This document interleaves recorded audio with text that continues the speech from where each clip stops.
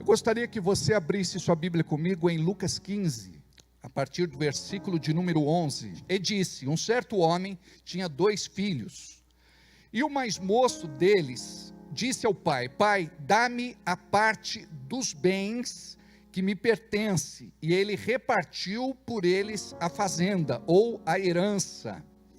E poucos dias depois, o filho mais novo, ajuntando tudo, partiu para uma terra longínqua, e ali desperdiçou os seus bens, vivendo dissolutamente. Diga comigo: despertou os seus bens, vivendo dissolutamente.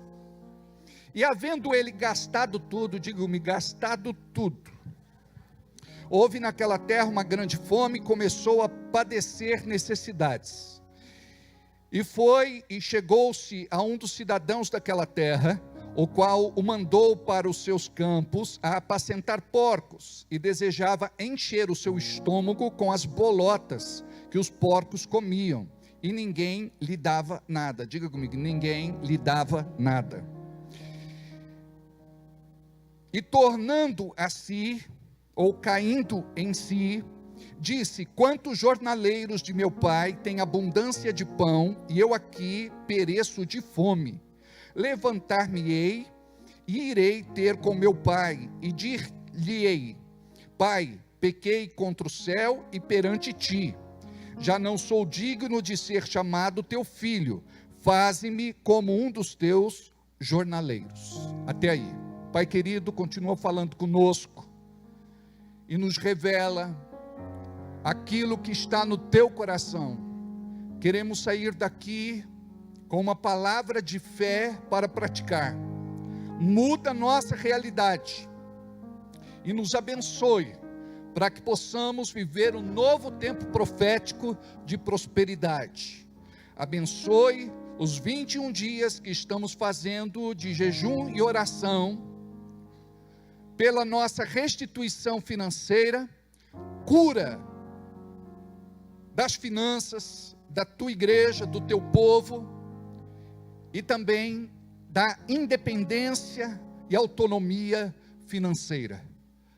Nós oramos juntos, numa só fé, e dizemos todos: amém. Assim seja e assim será. Algumas pessoas não têm compreensão quando se fala do filho pródigo. Pródigo é aquele que foi embora de casa. Então, quando um filho se torna rebelde, teimoso, cabeça dura, e ele vai embora de casa, o pai e a mãe dizem: é o filho pródigo. Mas sabe o que significa pródigo? Esbanjador. Pródigo significa gastador. E quando nós entendemos isso, nós vamos olhar este texto com um olhar diferente. E é isso que eu quero mostrar para vocês nesta noite, no 12º dia do nosso jejum de restituição financeira. Este homem tinha 2 filhos, e um deles resolve pedir a sua parte da herança em vida. E isso era muito sério dentro da tradição judaica. Era como se o filho estivesse desejando a morte do próprio pai, para se apossar do que ele teria direito só depois da morte do testador. Então ele pede para o pai a sua parte da herança, e nós vimos aqui que o pai não discute, o pai não tenta demovê-lo desta sua decisão. O pai então divide em partes iguais, tanto para aquele que era mais velho, e para o filho mais novo. Dá para ele o dinheiro, e ele vai embora depois de um tempo. E a Bíblia fala que ele vai para um lugar longe dali, Isso significa que era um lugar onde as pessoas não podiam dar pitaco na sua vida. Um lugar onde ele ia conviver com pessoas desconhecidas. Onde ele poderia viver do jeito que quisesse e fazer o que dava na cabeça. E o que foi que aconteceu? Ele, quando tinha dinheiro, tinha muitos amigos. E ele gastava esse dinheiro a rodo, torto e à direita. Ele fazia o que dava na teia. A Bíblia diz que ele gastava dissolutamente com coisas que ele não deveria gastar. É como se nos dias de hoje gastasse com bebida, com droga, prostituição. Então, enquanto tinha dinheiro, ele tinha amigos. Quando acabou o dinheiro, os amigos desapareceram, e a Bíblia diz que ninguém lhe dava nada. Não mudou muita coisa em nossos dias. Tem gente que se aproxima de você, não pelo que você é, mas pelo que você pode lhe oferecer, pelo que você pode proporcionar. Muitas vezes, por conta da piscina em casa, ou por conta do espaço gourmet, porque a churrascada é garantida. Muitas vezes a pessoa quer se aproximar de você por conta do status, por conta daquilo que você ostenta, e não pelo que você é. O bom de servir a Deus é que nós nos assentamos aqui um ao lado do outro, e aqui todos nós somos iguais, sem diferença. Não importa a sua profissão, não importa a sua renda, não importa a sua classe social, não importa a sua formação, não importa absolutamente nada, porque aqui todos nós estamos numa mesma condição, que é a condição de filhos. Então, este homem, ele vai fazer aquilo que para um judeu é extremamente humilhante, porque judeu não come carne de porco. Aonde ele vai trabalhar? Num lugar onde se criava porcos.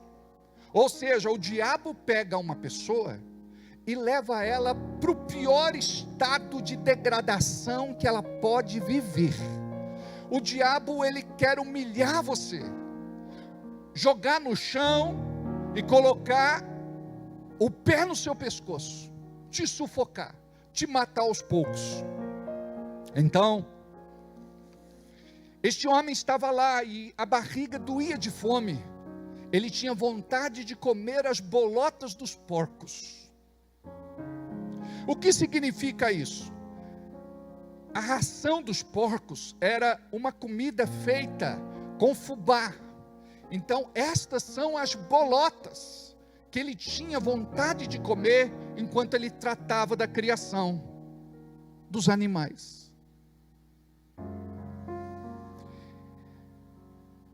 E ele precisou passar por tudo isso para cair em si e pensar: meu pai é rico, meu pai tem dinheiro, e se eu estivesse com ele, eu poderia desfrutar de uma vida abençoada. Então ele pensa: vou procurar meu pai e me consertar, e dizer para ele que não sou mais eu digno de ser filho, mas apenas um jornaleiro, que no caso é um empregado. Mas não foi isso que aconteceu, e vocês sabem. Deus trabalhou com restituição na vida deste jovem rapaz, que desejou a morte do próprio pai, que tomou parte da sua herança, que gastou tudo no mundo, que passou por momentos terríveis, mas aprendeu uma lição. E eu quero que você guarde esta lição que ele aprendeu. Nunca esqueça o caminho de volta para casa. Nunca esqueça o caminho de volta para casa.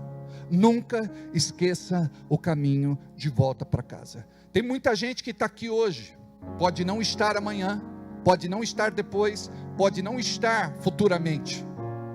Se você sai, você vai dar com os burros na água, com a cara na porta, em um determinado momento da sua vida, onde você vai cair em si e pensar: eu não deveria ter me afastado de Jesus, virado as costas para Ele.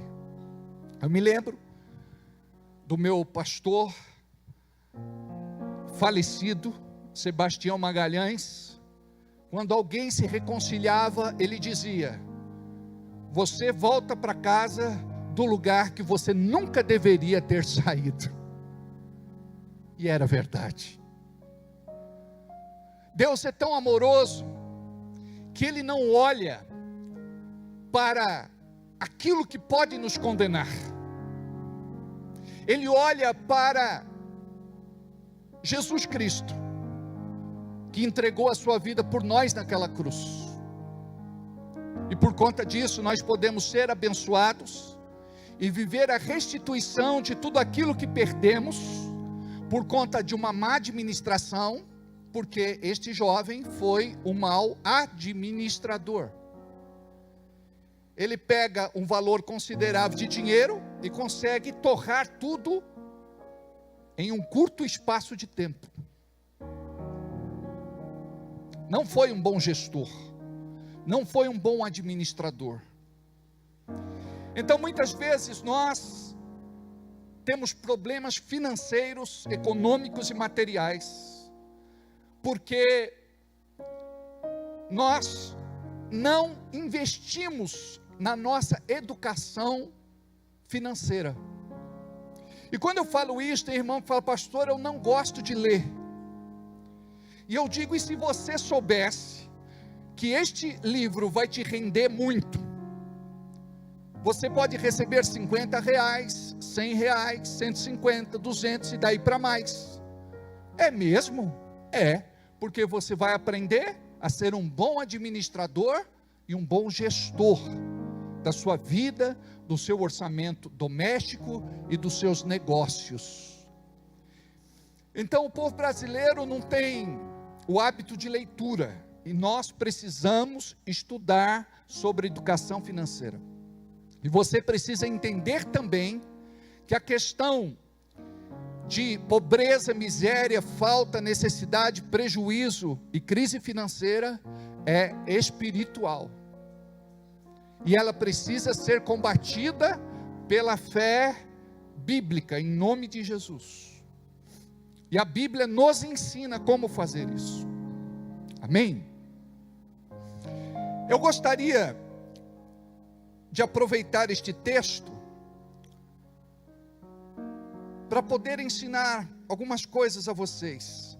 Em 2022, o endividamento atingiu 77,9% das famílias brasileiras, e todas as faixas de renda, segundo a Confederação Nacional do Comércio de Bens, Serviços e Turismo. Os vilões são cartão de crédito, diga eu sei o que é isso, cheque especial, diga aí eu sei o que é isso, cheque pré-datado ou cheque pós-datado, diga eu sei também o que é isso, e outras formas de endividamento.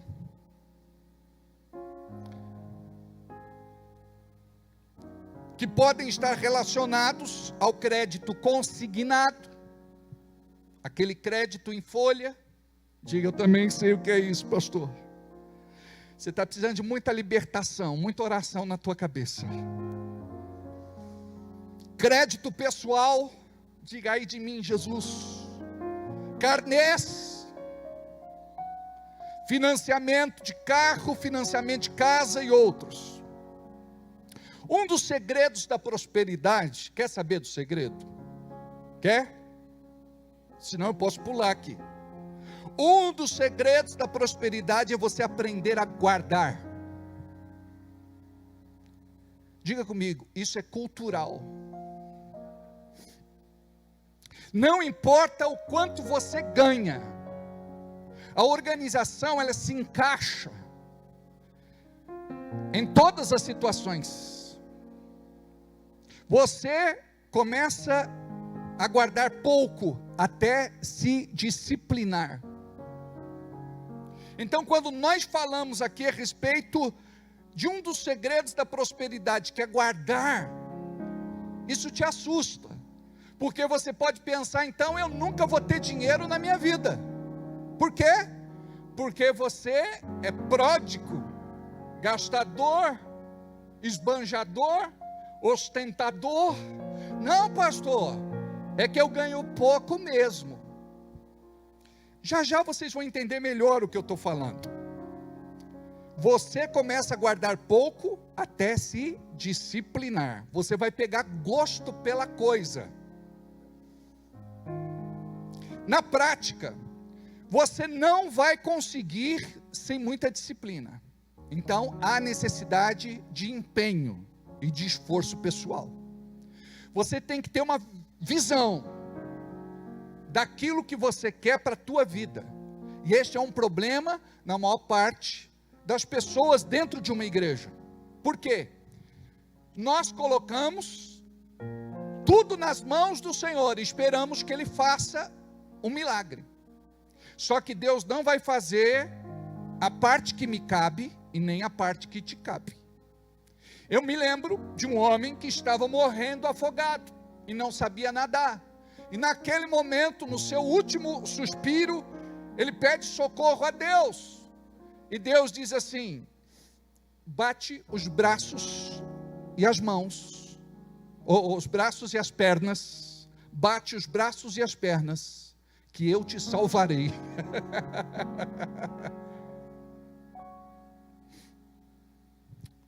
Na prática, você precisa de disciplina, porque na cultura brasileira, você trabalha para gastar. É assim ou não é?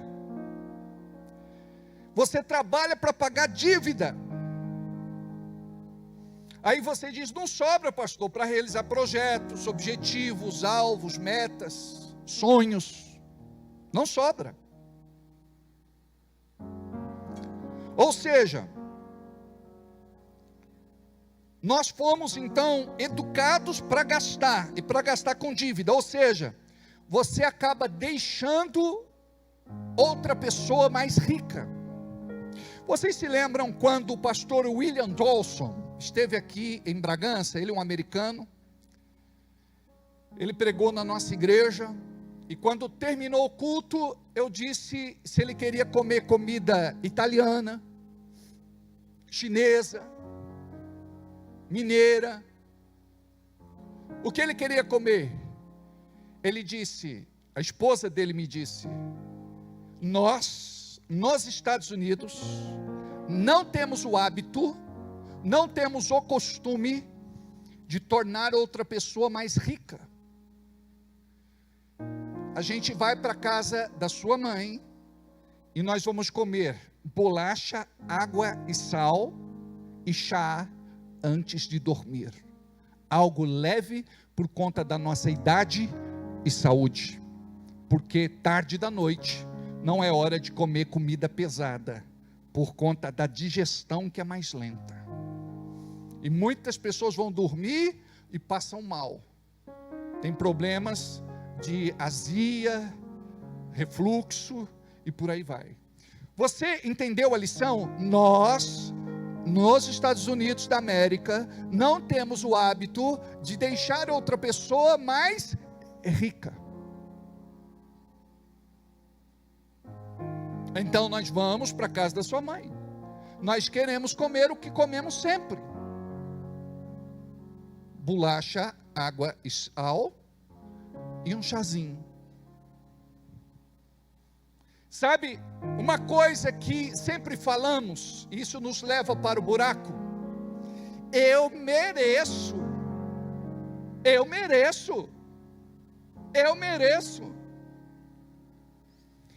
Eu aprendi essa lição com eles. De grão em grão, a gente chega a 1 milhão. Um dia minha irmã me falou: a vida tem 3 fases. Primeiro você ganha, depois você mantém e depois você desfruta. Primeiro ganha, mantém, o que é difícil. Geralmente a pessoa ganha e não demora muito tempo, ela perde tudo, porque faz um negócio que não deveria fazer, se envolve em alguma coisa que não devia ter se envolvido, não busca a direção de Deus, e nem alguém que tem mais experiência do que ela, naquele determinado ramo de negócio. Se você está no tempo de ganhar, não gaste com aquilo que não vai te dar retorno. Vou repetir: se você está no tempo de ganhar, não gaste com aquilo que não vai te dar retorno, como passeios, viagens, comer fora. Mas pastor, está errado a gente passear? De vez em quando não. Está errado a gente viajar? De vez em quando não. Está errado comer fora? De vez em quando não. Então nós estamos aprendendo aqui a economizar, sem ser pão duro, mas sermos bons administradores. Hoje, eu e a Jana saímos da casa da minha mãe à tarde. Ela disse: estou com fome. Eu falei: vamos comer alguma coisa? Na porta da 9 de julho, eu falei: vamos embora. Em casa tem coisa para fazer lanche. A gente vai comer aqui, vai deixar 50 conto para eles. Ela olhou para mim e falou: vamos embora. Vocês estão percebendo o que é que a gente tem que fazer para melhorar a nossa situação de vida? Porque a gente é bom de reclamar, mas a gente gasta aquilo que não pode, aquilo que não tem. A Bíblia diz: com aquilo que não é pão, ou seja, aquilo que é dispensável. Então é necessário ter disciplina para mudar algumas coisas na vida da gente.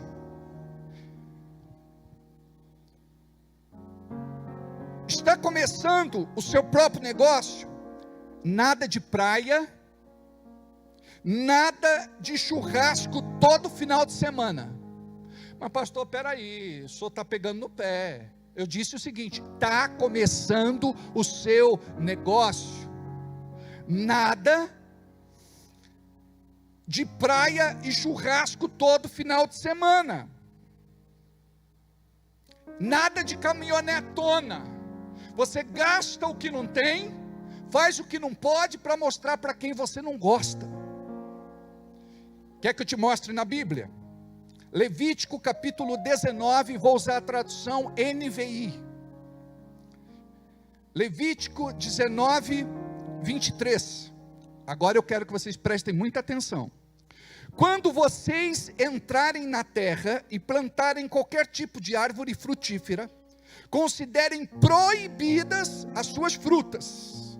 Durante 3 anos, vocês as considerarão proibidas, não poderão comê-las. No 4º ano, todas as suas frutas serão santas, será uma oferta de louvor ao Senhor. E no 5º ano, porém, vocês poderão comer as suas frutas, assim a sua colheita aumentará. Eu sou o Senhor, o Deus de vocês. Amém? Deixa eu explicar. O que ele está dizendo? O que Deus está falando? Que quando a pessoa abre uma empresa, durante esse tempo de 3 anos e pouco, 3 anos e pouco, ela não desfruta. É proibido comer do fruto. Eu não posso viver como se eu já fosse rico, sendo que eu não sou. Se você pode se dar o luxo, beleza. Não sou eu que vou pautar a tua vida. Eu só estou dando alguns conselhos de sabedoria para quem tem dificuldade de desenvolver os seus negócios. Então a Bíblia diz que nos 3 anos você não come do fruto. Por quê? Ele cai no chão, apodrece e vai adubar a terra. Diga, é tempo de guardar. Aí no 4º ano, o que eu faço? Você não come dos frutos. Os frutos são entregues ao Senhor. Aí eu te faço uma colocação. Você tem consagrado a sua parte, a parte que lhe cabe a Deus. Porque se você não faz isso, chega uma hora que você não vai desfrutar de um tempo de prosperidade.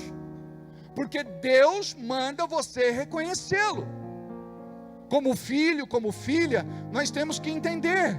Se tenho esta árvore, se o Senhor me deu, se ela me oferece alimento, é porque Ele me abençoou. Logo, no 4º ano, eu quero dedicar ao Senhor. Agora, só no 5º ano é que a pessoa vai desfrutar. Só no 5º ano. Vamos lá. Qual sua renda familiar? Porque um dos erros que cometemos, qual é? Eu tenho o meu dinheiro e minha esposa tem o dinheiro dela. Você sabia que casamento é uma sociedade? Tanto é que na hora de um divórcio, é separado até as colheres em partes iguais.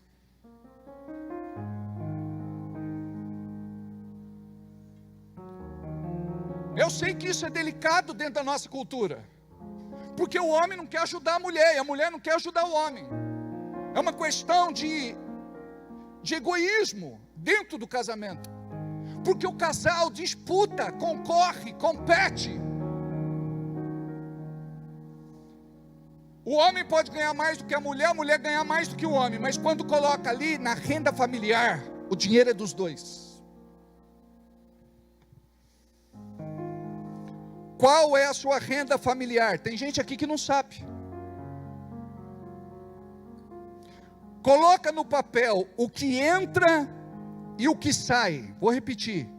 Coloca no papel o que entra e o que sai. Você precisa de planejamento. Se você não tiver planejamento, não vai ter prosperidade. Eu falei aqui na sexta-feira a respeito disso. Se você não sabe administrar sua vida pessoal, como é que você vai abrir uma empresa? Você não vai conseguir administrar também a sua empresa. Você precisa aprender a lidar com aquilo que você ganha. Quanto ganha, quanto gasta. Você precisa direcionar os recursos para aquilo que é certo, para você não perder dinheiro. Assim você vai prosperar. E você precisa então saber o quanto entra e o quanto sai. Se você não fizer isso, vai se perder nas contas. Guarda isso que eu vou te falar. 78% das pessoas no Brasil gastam mais do que ganham. 78% das pessoas no Brasil gastam mais do que ganham. Antes de comprar alguma coisa, conversa com o marido, conversa com a esposa, conversa até com os filhos. Nós realmente precisamos disso? A mulher vai estressada para o shopping e volta com 5 sacolas. Porque ela é compulsiva. A questão de gastar é emocional. Traz alívio, mas não resolve o problema, só piora. Você sai para comprar um sapato, vem com 2 pares, um preto e um marrom, 3 pares de meia, um cinto para combinar, e um tênis para fazer atividade física que você nunca faz. Os vendedores, eles são treinados para arrancar de você o que você não tem.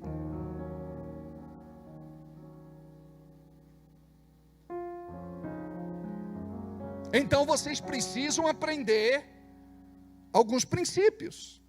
Vai fazer compra no supermercado? Faz uma lista antes. Não vai com fome. Evita levar criança, a não ser que seja de boa. Nós realmente precisamos disso. Na casa tem 3 televisões. Por que vai comprar mais uma? Só para desaforar o Lula, porque o Lula disse que tem que ter só uma.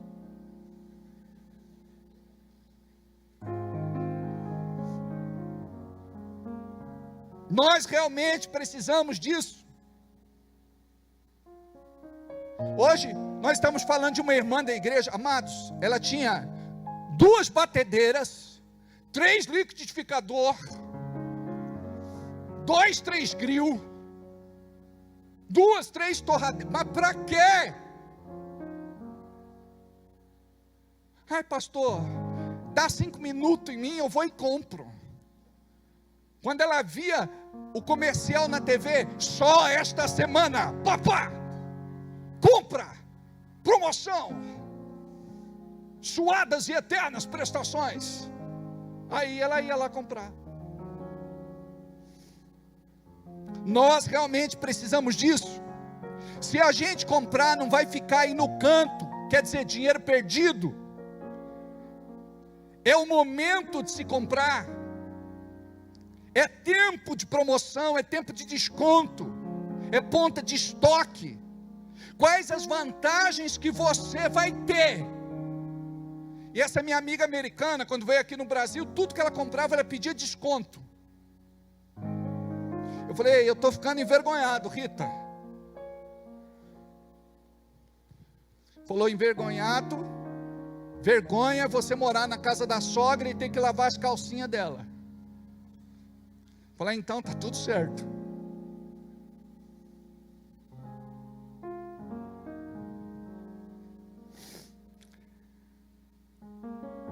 Você tem dinheiro para isso? Geralmente, nós temos o cartão de crédito, que vira cartão de dívida. Use o cartão de crédito de uma forma muito consciente. Não de forma mecânica. Qualquer coisa, você passa lá o cartão.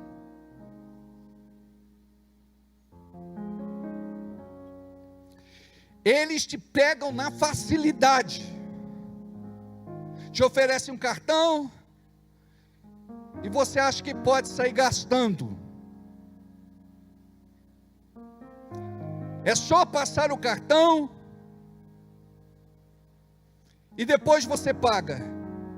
Não use o cartão para pequenas compras. A gente faz muito isso, né?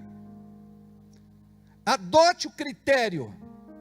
Viva com o básico, não ostente, nem seja um esbanjador. Vale a pena você juntar o dinheiro e comprar à vista. Mas para isso acontecer, a gente tem que se disciplinar. Não empreste o nome, o cartão, cheque, nem dinheiro de ninguém.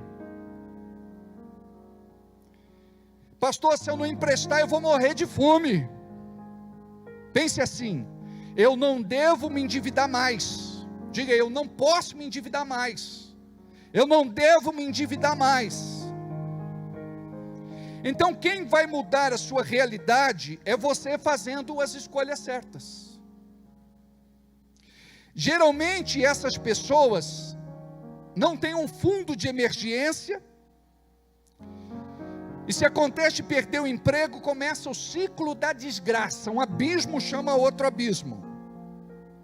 Tem um ditado americano que diz assim, que quando você empresta dinheiro, pode ser dinheiro, cheque, cartão, nome, Quando você empresta o dinheiro, você perde o dinheiro e perde o amigo.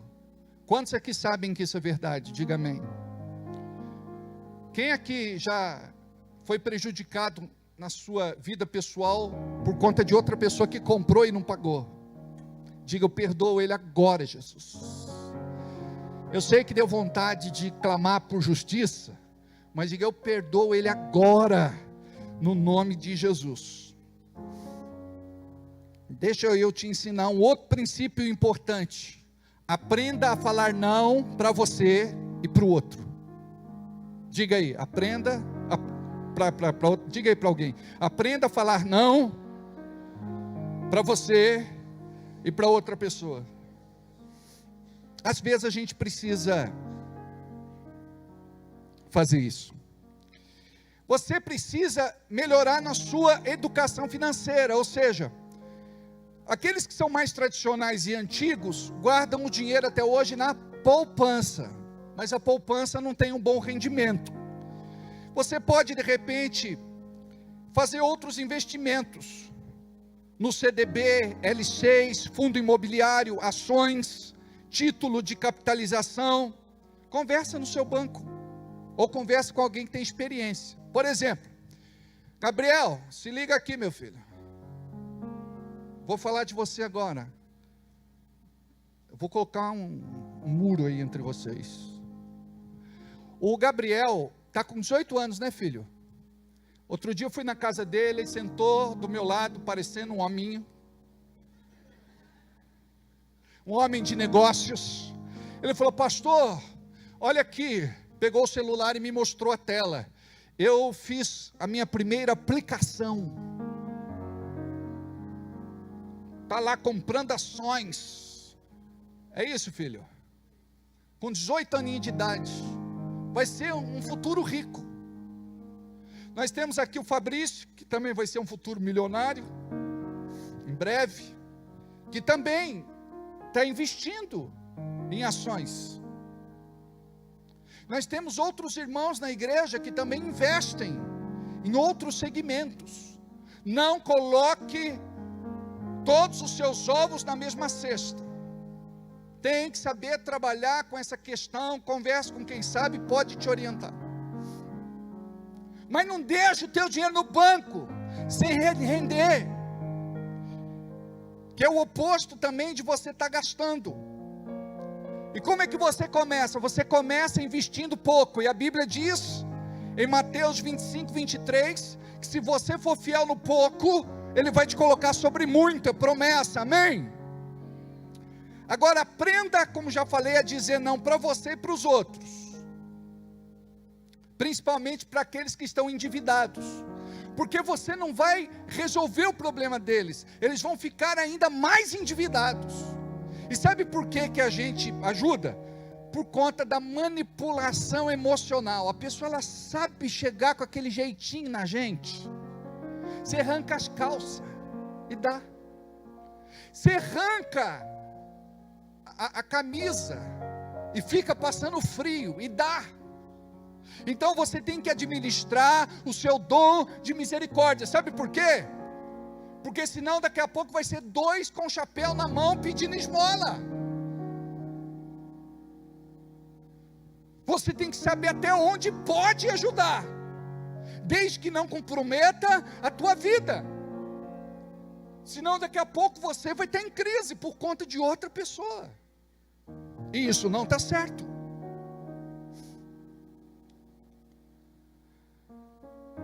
Esses endividados, eles são endividados compulsivos, são viciados em dever, sabia disso? Se você limpar o nome deles, não demora muito tempo, eles surgem de novo. Conhece gente assim? Espero que você não seja assim.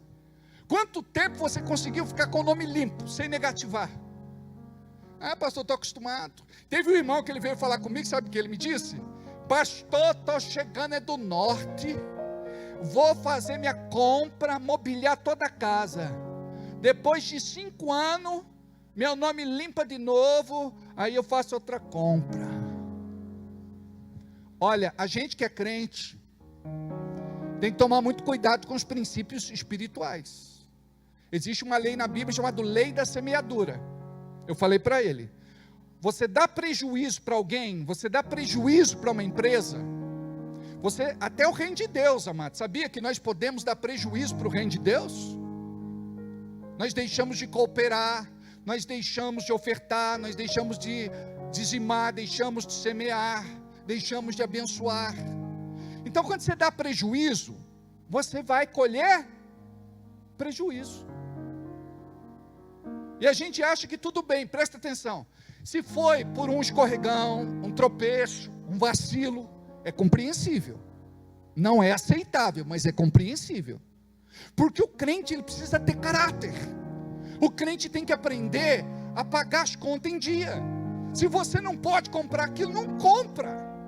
Tive uma época da minha vida, eu estava com meu sapato furado.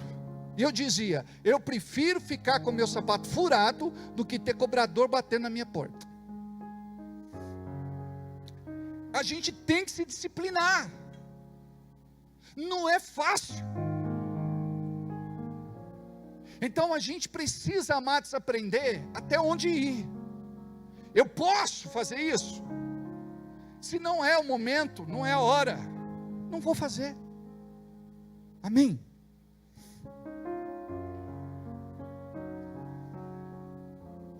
Existe uma rede de dependência e manipulação financeira. Preste atenção, vou repetir isso aqui, ó. Existe uma rede de dependência e manipulação financeira. Então você tem que mudar a sua mentalidade, para não viver a vida inteira na pindaíba. Então, a nossa vida está do jeito que está, por conta de transferirmos a culpa e não assumirmos a nossa responsabilidade. Diga comigo, a partir de hoje, eu vou prosperar. Eu estou recebendo sabedoria do altar. Eu estou recebendo liberação para a minha vida, em nome de Jesus. Imagina quanto dinheiro, imagina agora, todo o dinheiro que você perde com juros, multa e parcelamento, e negociação, se você pudesse guardar este dinheiro e investir, quero que você coloque no papel isso, você vai fazer esse exercício, colocar no papel tudo que você está devendo, tudo que estão cobrando de você, de juro, encargo, multa, tudo, põe no papel, você tem que ter essa visão, quanto é o valor que você deve, depois identifique os juros, as multas, o encargo, que são diluídos nas prestações, e você diz assim, mas dá para eu pagar a parcela, é um erro que vocês cometem. Olha só isso que eu vou dizer para você, uma pessoa da nossa equipe, tinha emprestado do banco R$3.000, quanto?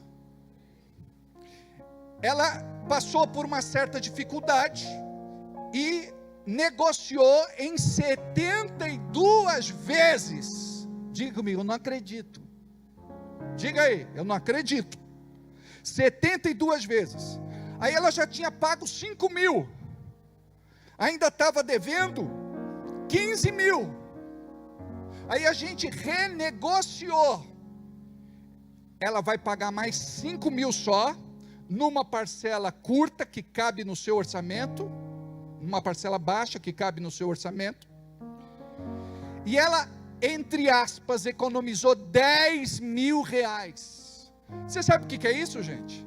É agiotagem legal, olha a margem de juros que cartão de crédito cobra, financiamento bancário cobra, é algo assim, escrachante, só que nós temos que nos libertar disso em nome de Jesus, amém? Estamos falando então de R$20.000, o que a pessoa poderia fazer com R$20.000, de uma transação mal feita, de 3.000 vira 20.000 com toda a exploração, mas por que aumentou tanto? Porque cada vez que você renegocia, eles não pegam aquele valor lá de trás, o capital inicial, eles pegam aquilo que você não pagou. E assim vai. O Marcelo Paes está aí ou não? Eu quero contar um testemunho aqui do Marcelo Paes. O Marcelo Paes, desde novinho, trabalhava em supermercado. Trabalhava no quê? E ele guardava todo o seu dinheiro. E o Marcelo sempre foi uma pessoa muito próspera. E quando ele foi casar, ele tinha dinheiro à vista para comprar a sua casa. O que ele fazia? Trabalhava no supermercado. Sabe o que significa? Ele é um bom administrador. Com seus 20 e poucos anos, acredito eu, comprou sua casa. Mateus e Adriele. O Mateus, chegou um menino aqui, não tinha nem barba. E quando ele conversou comigo, junto com a Adriele, ele falou: vou comprar uma casa para depois casar. Eu falei: meu filho, casa, depois você compra a casa. Ele falou: não, pastor. Quando eu vi que estava no coração dele, eu botei fé e concordei com eles. Comprou a casa e depois casou. Quantos anos você tem, meu filho? 24? E a sua esposa? 21. Por que eu estou falando isso? Porque essa jovada está passando a perna em nós. Eles estão muito mais conectados com a modernidade. Então nós precisamos planejar o nosso futuro. Como que a gente tem que fazer? Faz uma planilha. Primeira coisa que você tem que colocar, Mateus 6,33, mas buscar em primeiro lugar o reino de Deus e a sua justiça, e todas as demais coisas vos serão acrescentadas. Então, a primeira coisa que eu ponho na minha planilha, é o meu dízimo e a minha oferta. Aí vou botar lá, aluguel, que é sagrado, água, luz, internet, compra, combustível, estudos, que é um investimento na tua vida, isso é muito importante. Coloca lá 250 conto para sair e gastar durante um mês. O resto guarda. Se você não criar este hábito, você não vai prosperar. Ouve agora o que eu vou falar. Um outro casal muito próspero da nossa igreja, hoje tem uma casa, uma chácara, um terreno bem valorizado, 2 carros, ou não sei, a sua empresa e investimentos. São formados em curso superior, e com os seus 40 anos de idade, estão tendo uma vida de muito trabalho, muito desafio, muita luta. Mas está melhor do que muitos. Sabe como começou? Com um chevetinho. Vendeu o chevetinho, juntou o dinheiro com da noiva, e começou essa saga de prosperidade. Sabe por que eu estou contando essas coisas para vocês? É para vocês pensarem, é possível eu viver o propósito de Deus na minha vida. Porque o propósito de Deus não é da gente ficar desesperado, angustiado, deprimido, perturbado, endemoniado, pedindo recursos para Deus. Vai chegar uma hora que você vai viver uma vida desafogada, uma vida bem sucedida, uma vida abençoada. Porque tem gente que ganha muito mais e está no vermelho? Falta de planejamento. Olha o que diz em Eclesiastes capítulo 5, versículo 19. E quanto ao homem a quem Deus deu riquezas e bens, quem que dá riquezas e bens? Quem dá riquezas e bens? Quem dá riquezas e bens? E quanto ao homem a quem Deus deu riquezas e bens, e poder para desfrutá-los. Não adianta ter riquezas e bens e não termos poder para desfrutá-los. Receber o seu quinhão e se regozijar no seu trabalho, isso é dom de Deus. Deus tem para o seu povo, Deus tem para a sua igreja o que nós chamamos de dom da prosperidade. Hoje eu quero orar aqui e liberar deste altar este dom da prosperidade sobre sua vida, e eu quero que você agarre isso, eu quero que você guarde no seu coração, e eu quero que você viva em nome de Jesus a prosperidade de Deus na sua vida. Eu quero conversar com você daqui pouco tempo e você me dizer assim: pastor, estou prosperando, pastor, estou conseguindo multiplicar, pastor, eu estou vivendo um novo tempo, pastor, eu estou abençoado, pastor, aquela palavra, aquela oração, aquela bênção que foi liberada do altar, mudou a minha realidade em nome de Jesus.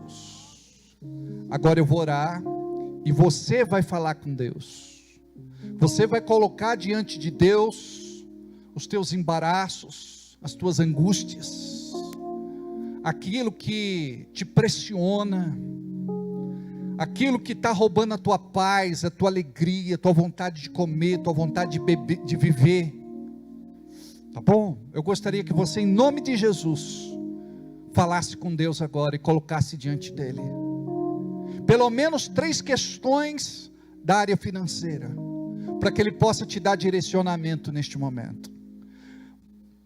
Pai, eu quero pedir em nome de Jesus, para que estas pessoas que neste momento clamam, neste momento suplicam, neste momento abrem a boca e te pedem socorro, auxílio, direção. O Senhor sabe o que estas pessoas têm vivido, o Senhor sabe das dificuldades, das lutas, dos problemas na área financeira, econômica e material. O Senhor sabe da falta de recursos, o Senhor sabe que esta pessoa ganha pouco, o Senhor sabe que esta pessoa precisa de promoção, o Senhor sabe que esta pessoa precisa de aumento e reconhecimento na área financeira. O Senhor sabe que esta pessoa precisa de uma porta aberta, que só o Senhor pode abrir, e a tua palavra diz que a porta que o Senhor abre, ninguém pode fechar.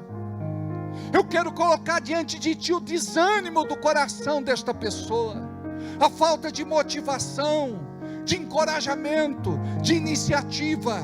Eu quero profetizar, Pai, deste altar, que o teu povo tem potencial para viver o novo tempo profético, para romper de fé em fé, para desfrutar de uma vida abençoada. Olha, Senhor, para estas pessoas que aqui estão e também acompanham pela internet o nosso culto, dá sabedoria, dá discernimento, dá estratégia, capacita a tua igreja e com a bênção do dom de adquirir riquezas. Deus, em nome de Jesus, eu quero apresentar a ti cada trabalhador, cada um que sonha em ter sua própria empresa, o seu próprio negócio.